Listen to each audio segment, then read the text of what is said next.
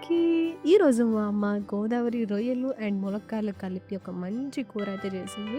ఇది అన్నంలో కలుపుకొని తినడానికి బావుంటది. అండ్ విడిగా తినడానికి కూడా చాలా అంటే చాలా బావుంటుంది. సో, ఆ రెసిపీ ఎలా చేసిందో చూసేద్దాం.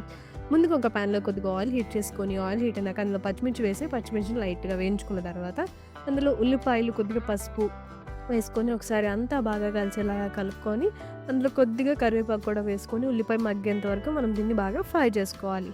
ఉల్లిపాయ మగ్గిన తర్వాత అందులో అల్లం వెల్లుల్లి పేస్ట్ వేసుకొని, అల్లం వెల్లుల్లి పేస్ట్ పచ్చివాసన పోయేదాకా ఒక 5 నిమిషాల పాటు మనం దీన్ని బాగా ఫ్రై చేసుకోవాలి.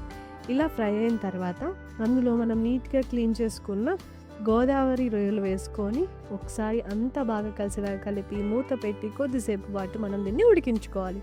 ఇలా ఉడికిన తర్వాత అందులో కొద్దిగా ఉప్పు, కారం వేసుకొని ఒకసారి అంతా బాగా కలిసేలాగా కలుపుకొని, అందులో మన చూపుడు వేలంత సైజులో డ్రమ్ స్టిక్స్‌ని కట్ చేసుకొని, అవి కూడా వేసేసుకొని, ఒకసారి కలిపి కొద్దిగా వాటర్ కూడా వేసుకొని మూత పెట్టి దీన్ని ఉడికించుకోవాలి. ఈ లోపల మీరు వీడియోని లైక్ చేయండి, ఛానల్‌ని సబ్స్క్రైబ్ చేసుకోండి. అండ్ ఈ రెసిపీ మీకెలా అనిపించిందో కామెంట్ సెక్షన్‌లో షేర్ చేసుకోవడం మాత్రం అస్సలు మర్చిపోకండి.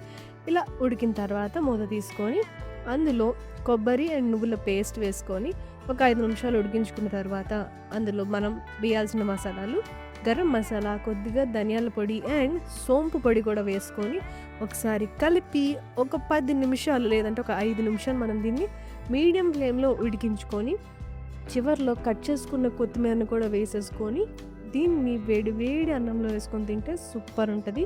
మీరు కూడా ట్రై చేసి ఎలా అనిపించిందో షేర్ చేసుకోండి.